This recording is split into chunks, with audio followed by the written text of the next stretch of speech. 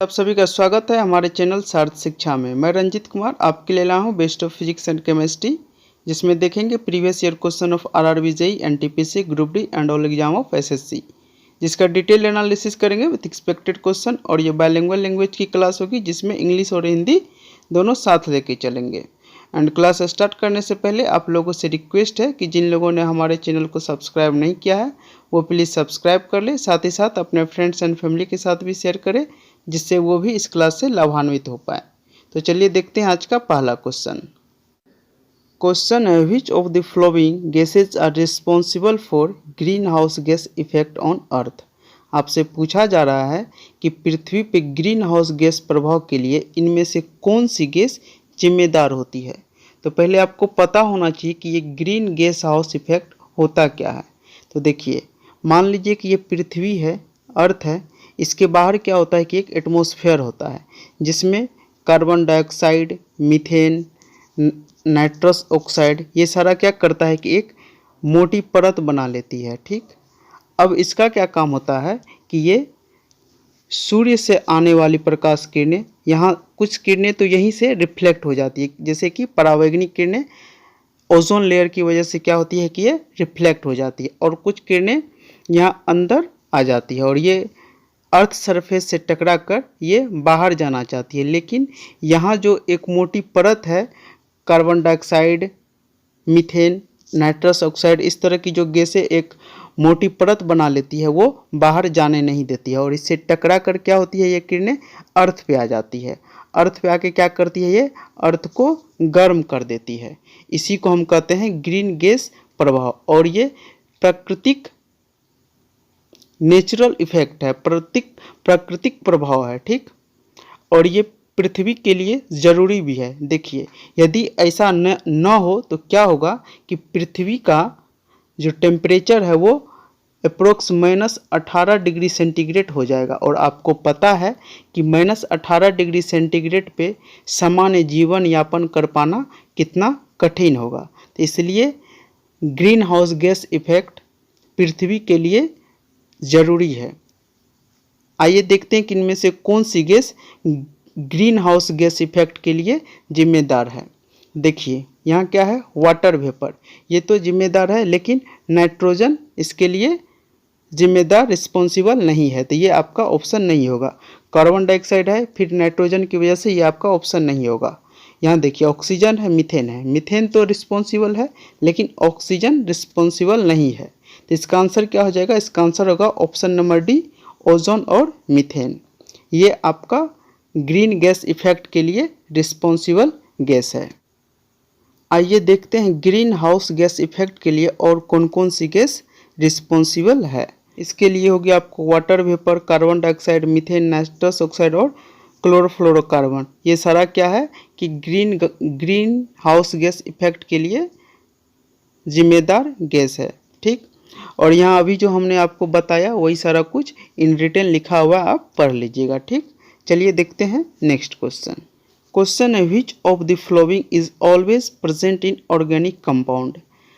आपसे क्वेश्चन पूछा जा रहा है कि कार्बनिक यौगिक में इनमें से कौन है जो हमेशा ही मौजूद रहता है। कार्बनिक यौगिक, जो कार्बन से बना यौगिक हो उसको क्या कहते हैं, कार्बनिक यौगिक। तो इसमें क्या होता है कि कार्बन हमेशा ही मौजूद होता है। ठीक, नाइट्रोजन के बारे में हमने पहले भी आपको बताया है कि इसकी मात्रा वायुमंडल में सबसे अधिक 78% है। इसका यूज बंद पैकेट जो फूड होती है उसको ऑक्सीडाइज होने से बचाने के लिए इसका यूज किया जाता है, उपयोग किया जाता है। सल्फर, ये क्या करता है कि सबसे बड़ा एलिमेंट बनाता है S8, ऑक्टा एटॉमिक। ठीक, S8। फास्फोरस क्या है कि ये देखिए, जो माचिस होती है उसकी तीली पे जो बुरादा होता है वो इसी फास्फोरस, रेड फास्फोरस का बना होता है। एक होता है वाइट फास्फोरस जो कि ह्यूमन बोन्स में भी होती है। अच्छा, ह्यूमन बोन्स में इस वाइट फास्फोरस की मात्रा कितनी होती है ये भी पूछ लिया जाता है, तो कितनी होती है, 1.2%। ठीक, अच्छा, आपसे पूछा जाता है कि इन दोनों में सबसे अधिक रिएक्टिव कौन है। तो इन दोनों में सबसे अधिक रिएक्टिव कौन है, तो वाइट फास्फोरस सबसे अधिक रिएक्टिव है। ठीक, तो चलिए देखते हैं नेक्स्ट क्वेश्चन। नेक्स्ट क्वेश्चन है, mirages are form primarily due to dash of light. इसमें पूछा जा रहा है कि मरीचिका जो होती है मुख्य रूप से प्रकाश के किस कारण से होती है, परावर्तन के कारण, विसरण के कारण, अपवर्तन के कारण या फिर प्रकीर्णन के कारण। तो इसका आंसर क्या होगा? इसका आंसर होगा ऑप्शन नंबर सी, अपवर्तन के कारण, या फिर कह लीजिए कि टोटल इंटरनल रिफ्लेक्शन की वजह से भी।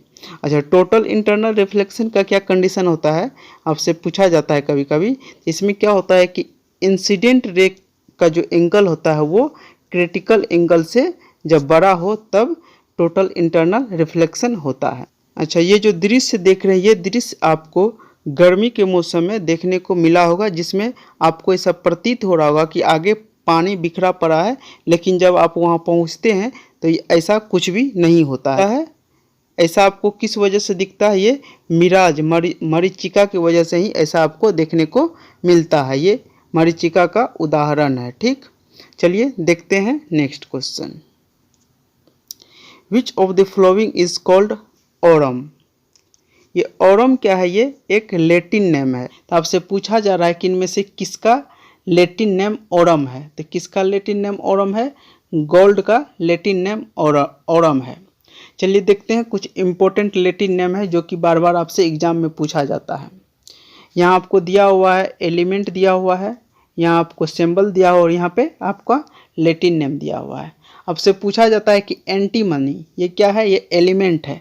इसका लैटिन नेम क्या होता है? तो एस्टिबियम। इसको हम एसबी से डिनोट करते हैं। ये एसबी कहाँ से लिया गया है?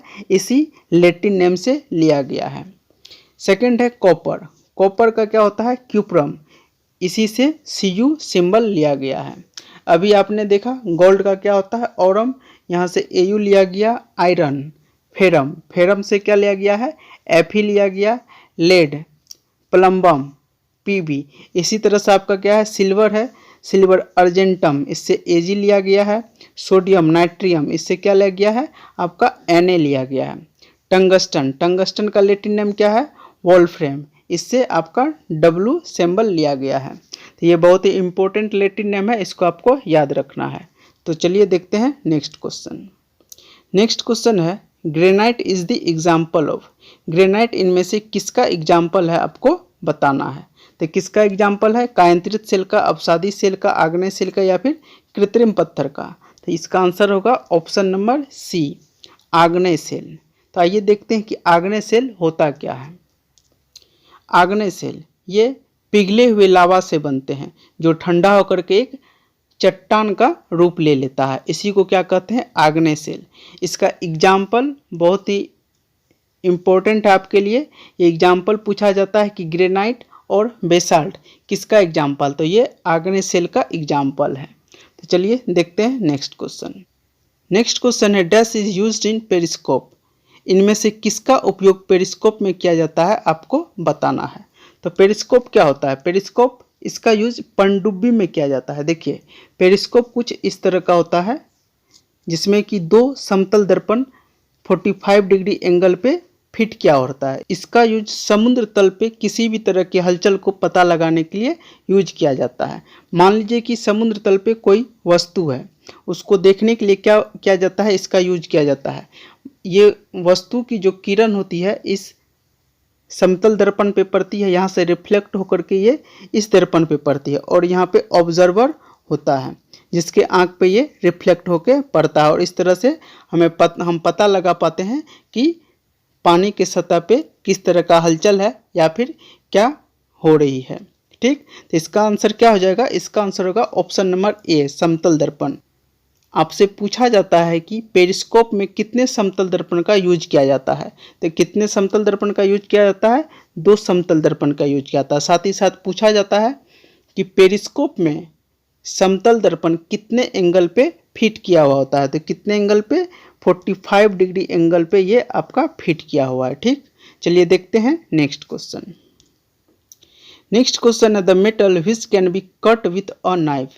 चाकू से इनमें से किस धातु को काटा जा सकता है आपको बताना है। तो इसका आंसर क्या होगा? इसका आंसर होगा ऑप्शन नंबर ए, सोडियम और पोटेशियम। देखिए सोडियम और पोटेशियम ये बहुत ही रिएक्टिव मेटल है और ये कौन सा मेटल है? ये अल्कली मेटल है, क्षार धातु है। जितना भी क्षार धातु है उनमें से सबसे कम गलनांक किसका होता है, इसी सोडियम और पोटेशियम का होता है। और इसको हमेशा ही केरोसिन में रखा जाता है। इसको यदि आप फ्री स्टेट में रख देंगे, फ्री अवस्था में, तो ये क्या करता है कि हवा से रिएक्ट कर लेता है, इसलिए इसको केरोसिन में रखा जाता है। तो चलिए देखते हैं नेक्स्ट क्वेश्चन। नेक्स्ट क्वेश्चन है telephone exchange was invented by. Telephone exchange का आविष्कार किसने किया, आपको बताना है। देखिए, आप जैसे टेलीफोन देखेंगे आप क्या करोगे कि आप ग्राहम बेल आंसर लगा दोगे, लेकिन आपसे पूछा गया है कि टेलीफोन एक्सचेंज का आविष्कार किसने किया। तो टेलीफोन एक्सचेंज का आविष्कार किसने किया, टिवाडर पुस्कस ने इसका आविष्कार किया। ठीक, जोसेफ प्रिस्ले के बारे में आप जानते हैं कि ये ऑक्सीजन से रिलेटेड है। मार्टिन कूपर, आप जिस मोबाइल से इस वीडियो को देख रहे हैं, इस मोबाइल का आविष्कार किसने किया, इसी मार्टिन कूपर ने इसका आविष्कार किया। हमने आपको पिछले क्लास में भी बताया था कि अब से सीरीज के लास्ट में जो 2 क्वेश्चन होगी वो न्यूमेरिकल होगा। तो ठीक, तो चलिए देखते हैं। क्वेश्चन है the speed of wave in a medium is 600 metre पर second. If 600 waves are passing through a point in a same medium in a minute, what will be the wavelength? आपसे पूछा जा रहा है कि एक माध्यम में तरंग की गति कितनी है, 600 मीटर पर सेकेंड है। यदि 1 मिनट में एक ही माध्यम में 600 तरंगे किसी एक बिंदु से गुजर रही हो तो कितना तरंग दैर्घ्य होगा। तो आपसे क्या पूछा जा रहा है, तरंग दैर्घ्य, वेवलेंथ। तो वेवलेंथ इक्वल टू क्या होता है, v अपॉन फ्रीक्वेंसी। आपको भी पता है कितना है, 600 मीटर पर सेकेंड। ठीक, तो आपको वेवलेंथ निकालने के लिए क्या करना होगा कि पहले फ्रीक्वेंसी निकालना होगा। तो देखिए यहाँ क्या दिया हुआ है कि 1 मिनट में एक ही माध्यम में 600 तरंगे एक बिंदु से गुजर रही होती है। पहले तो तरंग होता क्या है, तरंग कुछ इस तरह का होता है। आपसे बोला जा रहा है कि किसी एक पॉइंट, मान लीजिए कि ये एक पॉइंट है, आपसे बोला जा रहा है कि इस पॉइंट से 1 मिनट में 600 तरंगे गुजर रही है। 1 मिनट में मतलब क्या कि 60 सेकेंड में, 60 सेकेंड में कितना, 600 तरंगे गुजर रही है। तो 1 सेकेंड में कितनी तरंगे गुजरेगी, 1 सेकेंड में 10 तरंगे गुजरेगी। 1 सेकेंड में कितनी तरंगे एक पॉइंट से गुजर रही है, वही आपका क्या हो जाता है, फ्रीक्वेंसी हो जाता है। और फ्रीक्वेंसी को हम किससे डिनोट करते हैं, हर्ट्ज से। ठीक, तो अब आपके पास फ्रीक्वेंसी भी आपको पता हो गया। चलिए देखते हैं अब। लेमडा इक्वल टू क्या हो गया, v अपॉन एफ। v आपको पता है 600, तो ये 600 हो गया। फ्रीक्वेंसी अभी आपने निकाला कितना हुआ, 10 हर्ट्ज। अब आप इसको सॉल्व कर लो, कितना हो जाएगा, 60 मीटर। यही आपका क्या हो गया, वेवलेंथ हो गया। तो आपका आंसर क्या हो जाएगा, आपका आंसर होगा ऑप्शन नंबर बी, 60 मीटर। ठीक, चलिए देखते हैं नेक्स्ट क्वेश्चन। नेक्स्ट क्वेश्चन है a particle is thrown upward at a speed of 39.2 metre पर second, then calculate its time for maximum height. आपसे बोला जा रहा है कि कोई पार्टिकल है जिसको इनिशियल वेलोसिटी 39.2 मीटर पर सेकेंड से क्या किया जा रहा है कि ऊपर की ओर फेंका जा रहा है। तो ये अपने मैक्सिमम हाइट पे कितने समय में पहुंचेगा, वो समय बताना है। तो ये जैसे जैसे ऊपर जाएगा एक समय क्या होगा कि वेलोसिटी यहाँ पे आकर के ये 0 हो जाएगा, मतलब फाइनल वेलोसिटी 0। अब आपके पास वेलोसिटी नहीं है तब आप ऊपर नहीं जा पाओगे, मतलब ये क्या हो गया, ये मैक्सिमम हाइट हो गया। और आपसे यही पूछा जा रहा है कि ये पार्टिकल इस मैक्सिमम हाइट पे जाने के लिए कितना समय ले रहा है। ठीक, देखिए ये जब ये पार्टिकल ऊपर की ओर जा रही है तो क्या हो रहा है कि यहाँ गुरुत्व त्वरण नीचे की ओर लग रही होती है। तो अब आइए देखते हैं फॉर्मूला। फॉर्मूला क्या होता है, v equal to u plus a t. Final velocity क्या है आपके पास, 0 है, तो आप 0 कर लो। इनिशियल वेलोसिटी आपका दिया हुआ 39.2, ठीक, प्लस ए टी। ए क्या है आपका, गुरुत्व त्वरण है। गुरुत्व त्वरण क्या कर रहा है कि आपके स्पीड को घटाने का काम कर रहा है। जब स्पीड को घटाने का काम कर रहा है मतलब कि मंदन का कार्य कर रहा है, तो ये क्या हो जाएगा आपका, निगेटिव में हो जाएगा। निगेटिव में कितना, 9.8 इसका वैल्यू होता है। और आपको निकालना क्या है, टाइम निकालना है। अब आप इसको ऐसा लिख सकते हैं 39.2 इक्वल टू 9.8 T। अब इसको जब आप सॉल्व करेंगे तो ये अप्रोक्स कितना आ जाएगा, 4 सेकेंड के इक्वल आ जाएगा। तो यही आपका क्या हो जाएगा, आंसर हो जाएगा। ठीक, तो चलिए देखते हैं लास्ट वीडियो का प्रीवियस क्वेश्चन। लास्ट वीडियो का प्रीवियस क्वेश्चन था जिसका आंसर आपको कमेंट बॉक्स में देना था कि after changing the amount of matter what will remain unchange. यदि पदार्थ की मात्रा बदल दी जाए तो क्या है जो कि अपरिवर्तित रहेगा। देखिए, मान लीजिए ये कोई एक वेसल है, इसमें 10 लीटर पानी पहले से पड़ा है। ठीक, अब इसमें क्या करते हैं कि 10 लीटर पानी और आप डाल देते हैं। तो अब इसमें टोटल पानी कितना हो गया, अब टोटल पानी 20 लीटर हो गया। देखिए, जब पानी ऊपर से डाले हैं तो क्या हो गया कि वॉल्यूम बढ़ जाएगा। पहले यहाँ था इसका लेवल, अब मान लीजिए कि यहाँ आ गया तो क्या हो गया कि वॉल्यूम बढ़ गया।